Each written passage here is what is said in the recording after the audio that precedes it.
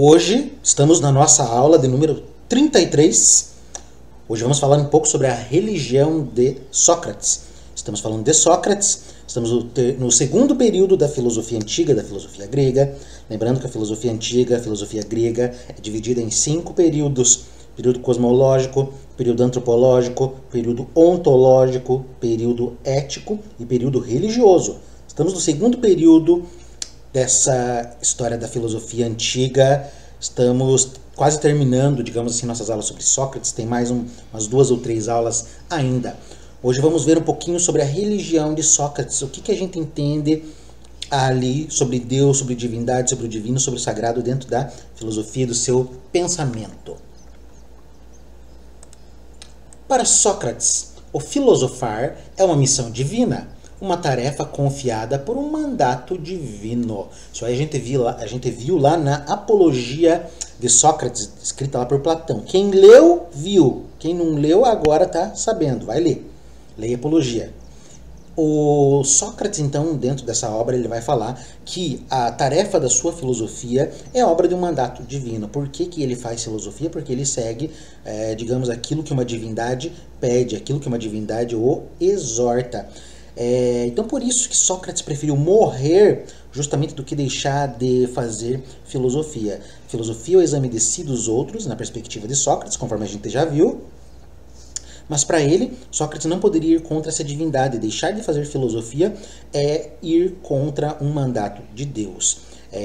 Então, a filosofia para Sócrates, ela tem uma relação com o divino, porque justamente a filosofia é a ferramenta que faz com que Sócrates justamente investigue a si mesmo e investigue os outros. E isso aí é uma coisa que é, digamos assim, digna da divindade, é mandado pela própria divindade. Fala de um demônio, de uma inspiração divina que o aconselha em todos os momentos decisivos da vida. Isso aqui causa muita má interpretação. Às vezes quando eu dava aula, quando eu tinha que falar sobre Sócrates, eu falava sobre o demônio de Sócrates. Na verdade, algumas vezes eu nem falava, dependendo da turma. Porque tinha lá uns religiosos meio chato, nem vou falar de qual ordem religiosa é, mas você já deve saber, que já falava assim, nossa, então Sócrates ele falava com o demônio, tá vendo como filosofia do capeta? Tem nada a ver uma coisa com a outra. Eu tinha que explicar para os meus alunos, eu tinha que explicar para os meus estudantes que justamente demônio lá na antiguidade grega não tem nada a ver com o demônio cristão, não, isso aí não tem nada a ver, o demônio, Satanás, Lúcifer, essas coisas, não tem nada a ver. O demônio, na verdade, pelo menos dentro dessa perspectiva socrática, é uma voz que conversa com Sócrates. Ali a gente vai ver uma outra interpretação ali mais para frente do que seria esse demônio, mas é quase como se fosse uma voz da consciência que conversa com ele e não fala para ele fazer coisa ruim. Não é que nem lá no desenho do Pica-Pau, que você vê lá do lado do Pica-Pau, do lado esquerdo, direito, sei lá, você vê um Pica-Pau anjinho e do outro você vê um Pica-Pau diabinho, e o diabo sempre vai falar para você, vai lá, faz o mal, faz isso, faz aquilo, não sei o que, rouba, mata, sei lá, né? Não, esse demônio socrático na verdade, uma voz da consciência que exorta ele a não fazer certas coisas. Esse demônio, essa voz aí, na verdade, mais fala para ele não faça do que faça. Mas, então, Sócrates ali, ele trouxe essas ideias justamente religiosas, por isso que a aula de hoje é a religião de Sócrates, porque justamente hoje nós estamos entrando numa esfera que, de certa forma, vai um pouco além da filosofia. A gente viu ali que a filosofia para Sócrates é uma coisa que foi um mandato divino. Estamos vendo agora um pouquinho sobre esse demônio socrático. Quando você lê as obras de Platão, que você vê o Sócrates falando disso, eu tenho uma voz que me impede de fazer as coisas, me impede de fazer isso, é desse demônio que ele está falando e que não tem nada a ver com o demônio do cristianismo. E essa voz sempre o aconselha ali em todos os momentos decisivos da vida dele. Então, a verdade, o que a gente tem aí dessa descrição é uma coisa que foi deixada por Platão, mas a gente não sabe ao certo que tipo de voz Sócrates escutava. Será que Sócrates tinha esquizofrenia? Não sei. Isso aí já é uma coisa mais complicada, mais complexa. Que tipo de voz ele escutava? Será que era uma voz no sentido figurado? Ou será que ele escutava uma voz de verdade? Isso aí só Deus sabe. Interpreta-se comumente este demônio como a voz da consciência. Então foi o que eu acabei de falar.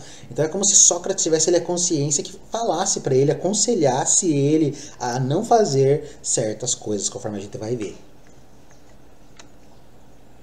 Na realidade, é o sentimento de uma investidura recebida do alto, própria de quem abraçou uma missão com todas as suas forças. Então aqui o Banha vai dizer que esse aqui é um sentimento que Sócrates tem, que justamente ele está investido de uma coisa muito especial, de uma coisa praticamente sagrada, que é essa atitude filosófica, esse ato de filosofar. Por isso que ele não pode passar isso para as outras pessoas através de livros, porque isso é uma coisa especial, mandada lá diretamente de Deus para ele fazer. Então é isso que de especial Sócrates tem. E esse sentimento dessa coisa importante provavelmente faz ele gerar essa ideia dessa voz aí que fica conversando com ele. Isso é uma característica própria, né, de quem abraçou uma missão com todas as suas forças. Sócrates morreu por causa da filosofia. Eu acho que Sócrates não morreria por causa da Xantipa, que é a mulher dele, mas pela filosofia ele morreu. Se ele morre pela filosofia, isso mostra como a filosofia é importante para ele. É óbvio que é importante, porque filosofia é um presente de Deus. É uma coisa que Deus está falando, Sócrates, você tem que fazer isso e é só você. Vai lá e faz. E ele faz. E morre por isso. Por isso, o sentimento da divindade está sempre presente na investigação socrática, como sentimento do transcendente, daquilo que está para lá do homem e é superior ao homem, e do alto o guia e lhe oferece uma garantia providencial. Então, quando a gente faz a leitura das obras de Platão, lá, que nos diálogos ele coloca Sócrates, a gente sempre tem a impressão de que existe alguma coisa no que Sócrates fala que vai além desse plano terreno. É claro que Platão vai defender a teoria das ideias, que é uma coisa que vai além, que transcende o mundo da sensibilidade. Mas Sócrates, como nós já falamos nas aulas anteriores, não cria uma teoria das ideias. Mas quando Sócrates fala de algo, parece que ele está falando de algo que está fora da esfera da sensibilidade, está quase fora desse mundo, desse plano. A gente tem a impressão de que ele está falando de algo realmente divino, algo sagrado, que está muito para lá do homem. Então a gente tem essa impressão de que o divino, o sagrado, está sempre presente ali nessa investigação do Sócrates.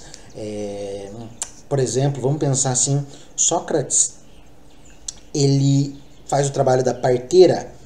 Os homens estão grávidos de ideias, Sócrates vai lá e pare uma ideia, né? Pega lá e tira uma ideia lá da cabeça do homem, do ser humano. Mas uma coisa que Sócrates não responde, pelo menos até a gente não sabe, mas é como é que essas ideias vão parar na cabeça das pessoas. A gente vai ver isso um pouquinho mais pra frente. Então, essa ideia de que as ideias vão parar na cabeça das pessoas só pode ser algo como se fosse, digamos, uma implantação divina. Como que a pessoa vai ter uma ideia na cabeça dela se ela nunca teve a experiência de uma determinada coisa? Então aquilo foi implantado não de maneira pela experiência, mas foi além da própria experiência. Então o que Sócrates faz, a maneira como ele age, a maneira como ele faz a filosofia, sempre dá a entender que tem alguma coisa além dessa esfera sensível, dessa esfera terrena.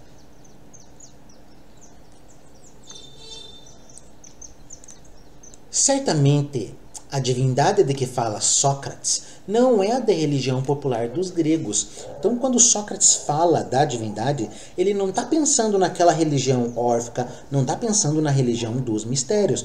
Aqui a divindade tem um sentido bem diferente daquele que as pessoas comumente pensavam. Não é à toa que Sócrates foi acusado de ateísmo. Um dos motivos lá do Sócrates ter morrido é porque, primeiro, ele negava os deuses de Atenas e ele corrompeu os jovens. Então muitas pessoas falavam assim, Sócrates era ateu, Sócrates negava os deuses atenienses, mas por quê? Porque Sócrates defendia um outro tipo de divindade. Só que as pessoas não entendiam a concepção de Sócrates sobre essa divindade.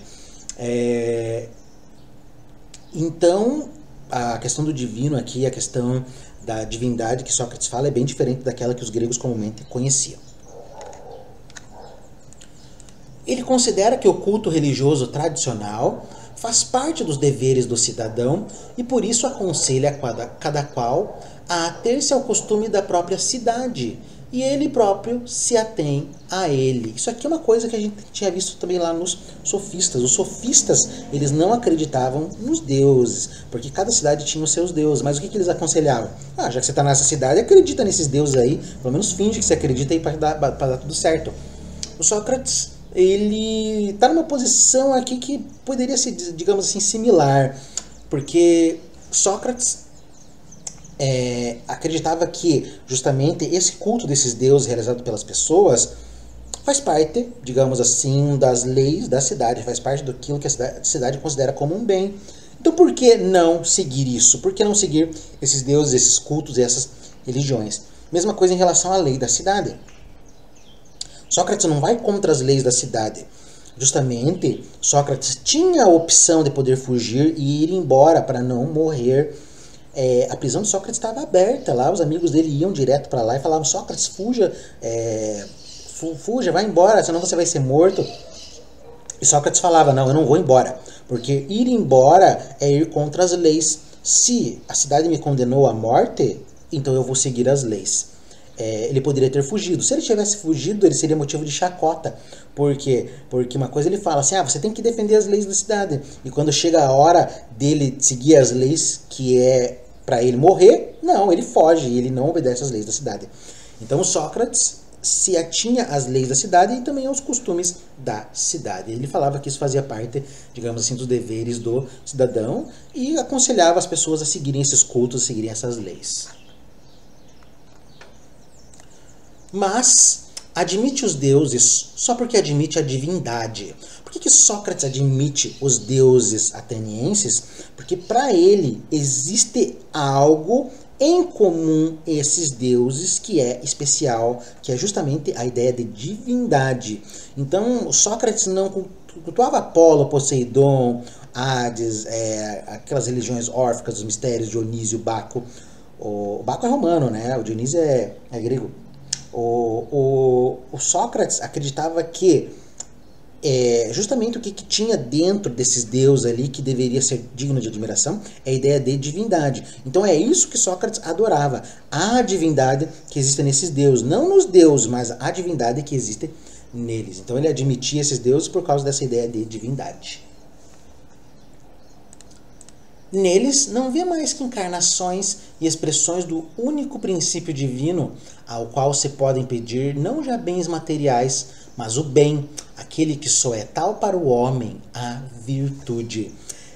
Então, o Sócrates acreditava que justamente nesses deuses, todos esses deuses ali, eles encarnavam de certa forma esse ideal desse divino, desse sagrado, conforme eu já falei. E não se deveria recorrer aos deuses para pedir as coisas, como as pessoas faziam e ainda fazem. Tem muitas pessoas que vão à igreja, por quê? Porque querem coisas. Eu quero um carro, eu quero um dinheiro, eu quero uma família. Tem pessoas que estão desesperadas e vão à igreja para mudar de vida. No íntimo delas, o que elas querem? Uma mudança de alguma coisa financeira, uma mudança ali de vida que faça com que ela já não se sinta mal. Se a vida não vai bem, ela vai à igreja para fazer com que as coisas deem certo. Só que Sócrates aqui acredita que se deve pedir à divindade virtude e não bens. E essa é uma leitura que eu particularmente faço do cristianismo. Como que eu vejo o cristianismo? Essa é uma opinião minha agora. Eu vejo o cristianismo da seguinte forma: as pessoas vão à igreja esperando alguma coisa de Deus, como se Deus tivesse que dar alguma coisa a elas. Só que se a gente for fazer a leitura da Bíblia, as pessoas não leem a Bíblia. Eu leio. As pessoas não leem a Bíblia e elas não percebem que aquelas pessoas que estão dentro da Bíblia, aqueles personagens, você pega o Noé, você pega o Moisés, você pega o Abraão, você pega o próprio Adão, você pega todos esses caras aí, o Jacó, e você vai ver que eles são pessoas que têm uma proximidade com Deus. Mas Deus não dá nenhum bem para eles. Deus não dá carro para Moisés, não dá barco, não dá navio. Deus não faz o discípulo dele virar o youtuber. Deus não dá dinheiro, não dá riqueza. Deus não faz isso. O que Deus faz dentro da Bíblia?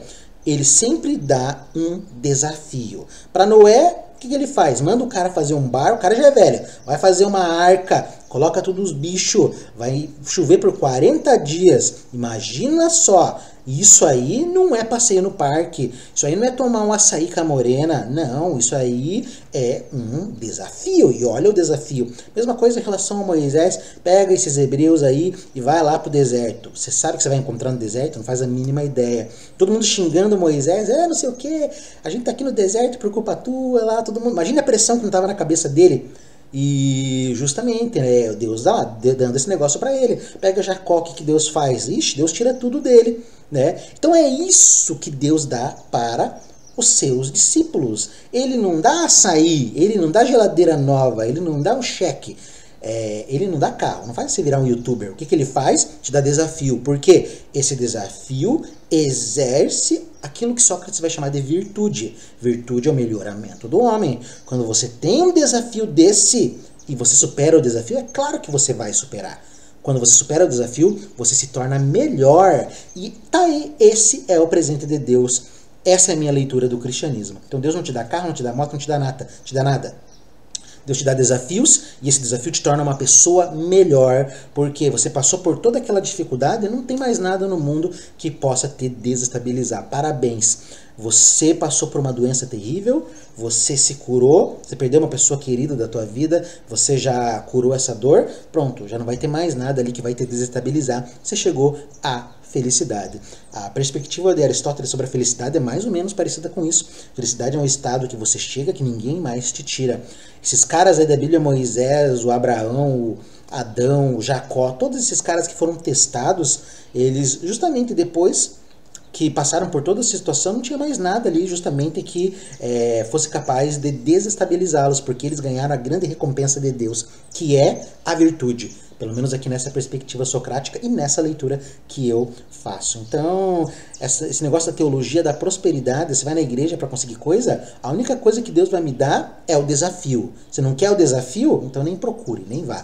Siga uma vida mais fácil, siga uma vida, digamos assim, longe da igreja, siga uma vida longe de Deus, que você vai ter uma vida mais fácil, mais tranquila, longe dos valores. Mas seguir uma vida realmente cristã é pedir um desafio, é exigir um desafio. Não estou dizendo que eu sou cristão, isso aí já é uma outra história, a gente teria que definir o que é o cristianismo.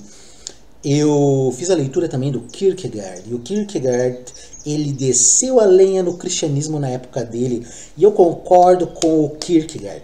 Kierkegaard foi um cara que viveu na solidão, por quê? Por causa que as ideias dele eram muito chocantes para a época e não agradaram ali aquele clero, aquela religião. Na época dele tinha uma religião ali, o protestantismo, que era muito forte, e ele mostrou que todos aqueles pastores, que todos aqueles fiéis não tinham nada a ver com a figura do evangelho, porque no evangelho mostrava-se que para ser cristão é um desafio. Ser cristão não é, eu vou lá na igreja, eu vou me batizar, eu vou tomar banho de água, agora eu aceitei Jesus. Não, isso não é ser cristão.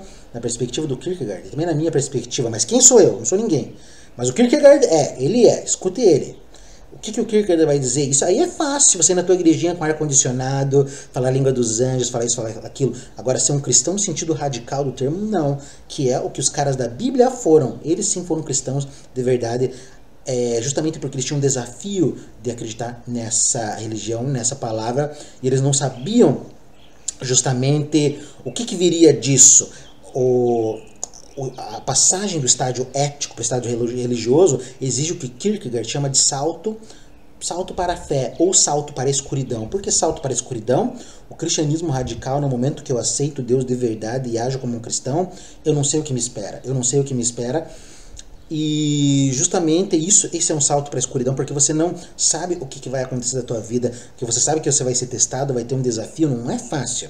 Agora, você acha que você vai para a igreja, ficar no arzinho condicionado, tomar banho de água para batizar, assistir casamento, festinha de aniversário de crente? Não. Isso aí, Kierkegaard vai dizer que não é cristianismo, isso aí é coisa fácil, isso aí é coisa tranquila. Cristianismo, religião, Sócrates. Voltando a Sócrates, o melhoramento do homem se dá pela virtude. Então não se pede aos deuses bens materiais, mas se pede virtude. E como você vai ganhar virtude? Com um belo desafio que você vai ter que superar.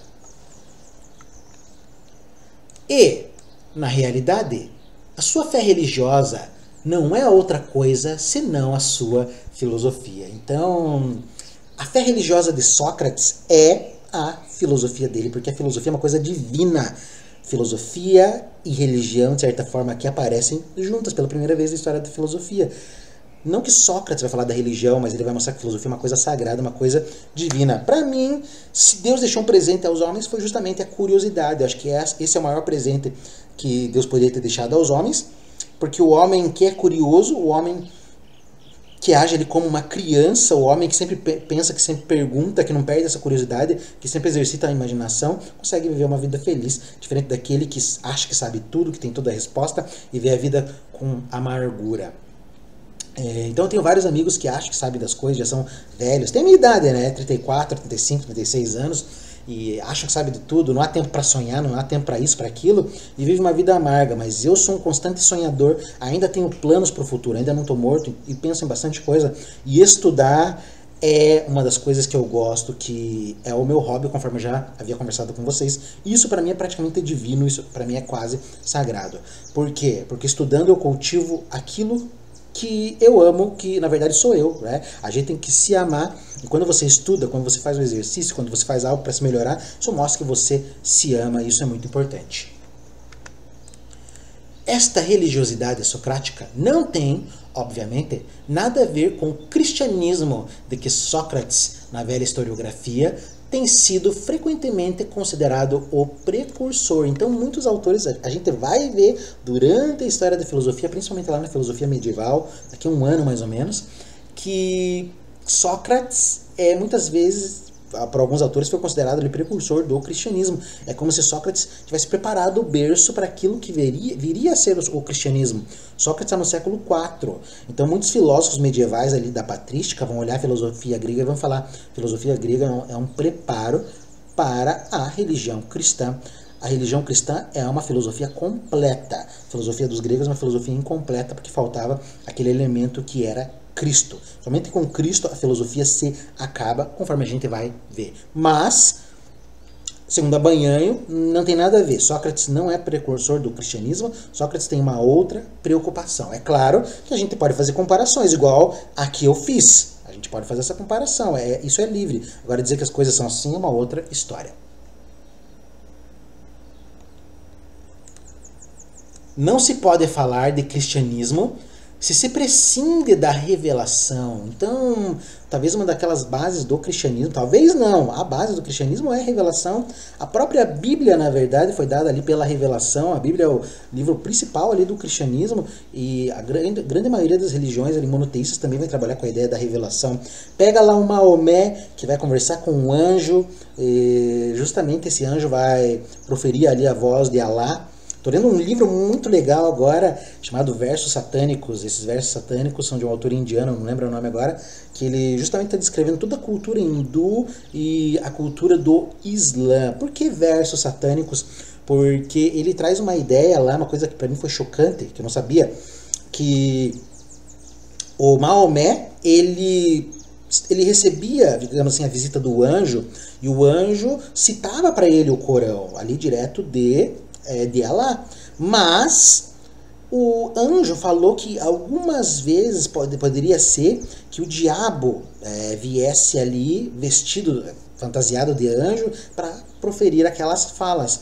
E justamente teve algum momento ali que Satanás foi quem conversou com Maomé, mas o Satanás estava disfarçado de anjo, e Maomé justamente não sabia que ele era o Satã. Então, especula-se se dentro do Corão não teriam justamente esses versos que foram citados, que foram ditados, digamos assim, por Satanás. Então algumas pessoas ali acreditam, vão mostrar que tem algumas partes, alguns versículos que são justamente citados não pelo anjo de Alá, mas o anjo Lúcifer, o anjo Satanás, certo? Então também isso é interessante. Então veja, ó como eu viajo, estou falando de Maomé, Alá, falando de Kierkegaard, falando disso, daquilo. Não se pode falar de cristianismo sem pensar nessa revelação. Em Sócrates não tem revelação. Sócrates não tem revelação. E nada é mais estranho ao espírito de Sócrates do que um saber que seja ou pretenda ser de revelação divina. Porque, conforme a gente já viu, o saber está dentro do homem. Como que o homem faz para adquirir esse saber? O exame de si. E ele vai cavocando esse saber. Agora um saber que se revela porque ó, Deus está te mostrando, ó, esse é o saber. Não, isso aí o Sócrates não pode nem conceber. Isso aí vai fazer parte da teoria do conhecimento lá do Santo Agostinho. Santo Agostinho vai mostrar que o homem pode conhecer, mas Deus coloca um bloqueio, um limite naquilo que pode ser conhecido. Então, o Santo Agostinho vai criar a teoria da iluminação divina, mostrando que somente Deus pode permitir que os homens realizem o conhecimento. Aqui para os gregos, eles não tinham nem essa ideia. Sócrates então achava que o conhecimento da verdade poderia ser alcançado se o homem fizesse o exame de si. E essa ideia de revelação vindo de fora, de um Deus que vai revelar a verdade, isso aí tem nada a ver com a filosofia e o pensamento de Sócrates. Aquilo que a divindade ordena, segundo Sócrates, é o empenho na investigação e o esforço para a justiça. Então o que a divindade ordena ali o Sócrates? O que aquele demônio ordena a ele que se empenhe nessa investigação e se esforce para a justiça. A justiça é o valor, a gente vai ver dentro lá da filosofia de Platão, a justiça é o valor supremo. E justamente aqui também, a gente já deu uma olhadinha na aula anterior, que a relação entre os homens se dá justamente numa relação de justiça e virtuosidade também. Então, essa divindade sempre exorta Sócrates a se empenhar na pesquisa, justamente para se autoconhecer, para se melhorar, para se atingir a virtude, porque isso é atingir a felicidade, conforme a gente já viu, e é um esforço para a justiça, porque somente assim eu posso entrar em conexão com as outras pessoas. Através da justiça eu posso fazer o exame dos outros de maneira clara, de maneira fiel, de maneira que eu vou ajudar os outros a progredir nesse caminho da virtude. Aquilo que ela garante é que para o homem honesto não existe mal nem na vida, nem na morte. O que garante é que essa divindade, ela garante que, justamente quando você faz essa pesquisa, você percebe que para esse homem honesto não tem mal, nem na vida, nem na morte. Isso aqui é uma coisa muito legal, que é uma coisa que eu mais ou menos levo para minha vida. Consigo levar bem, só que ainda preciso treinar mais. Para mim, não existe mal. Não existe mal. O mal é uma perspectiva, e eu acho que é mais ou menos isso aqui que o Sócrates vai trazer. Para o homem honesto não existe mal. Não estou dizendo que eu sou honesto, tá? Mas isso aqui é uma outra história. Para o homem honesto não existe mal, nem na vida nem na morte, porque esse mundo é sagrado demais, essa vida é sagrada demais, isso aqui é um presente. Então tudo aquilo que a gente passa, por mais que a gente passe raiva, por mais que a gente fique bravo, fique chateado, a gente chore, isso aqui é uma experiência única e é melhor chorar do que nem ter, digamos assim, existido. Imagine, se eu tiver a oportunidade de não existir e de ter toda essa experiência, eu preferiria ter toda essa experiência. É claro que muita gente não vai concordar comigo, muita gente fala assim, eu queria nem ter nascido. Mas se você não tivesse nascido, como que você ia ter toda essa experiência? Até a risada, até ali o amor, o abraço, são coisas únicas que a não existência acabaria não pagando esse preço. Então, se a gente for olhar por esse aspecto, fazendo análise de si, fazendo análise dos outros, utilizando a filosofia, a gente percebe que não existe mal. Mal é uma coisa que o outro pode praticar contra você, mas isso não te afeta. Mal só te afeta de verdade se ele partir de você. Então, para Sócrates, o verdadeiro mal é aquele que você causa, porque você está justamente se apodrecendo, você está se maculando. Mas o mal que o outro me faz, eu não aceito esse mal que o outro me faz. Se ele faz o mal para mim, é ele que vai justamente pagar as consequências desses atos. Mas quanto à verdade e à virtude, o homem deve procurá-la e realizá-la por si. Quanto à verdade e à virtude, o homem tem que fazer essa procura, ele mesmo tem que fazer, ou seja, ele mesmo tem que olhar para ele mesmo, para dentro de si, porque ninguém mais pode fazer isso. O Sócrates ajudava a pessoa a ter esse olhar, mas Sócrates não ia lá e falava, você é isso, você é aquilo, você é linda, você é maravilhoso, você é inteligente. Não, ele não falava isso, ele ia conversando e a própria pessoa ia se descobrindo. Então, verdade e virtude são coisas que você vai descobrindo a partir do exame. E quanto mais você se examina, você vai ficando bom nesse negócio e mais você vai encontrando. Acho que essa é a grande ideia. Fechou então? Religião de Sócrates. Acabou a nossa aula 33. Vamos para a próxima aula, aula 34. E é isso aí. Um grande abraço. Nos vemos na próxima.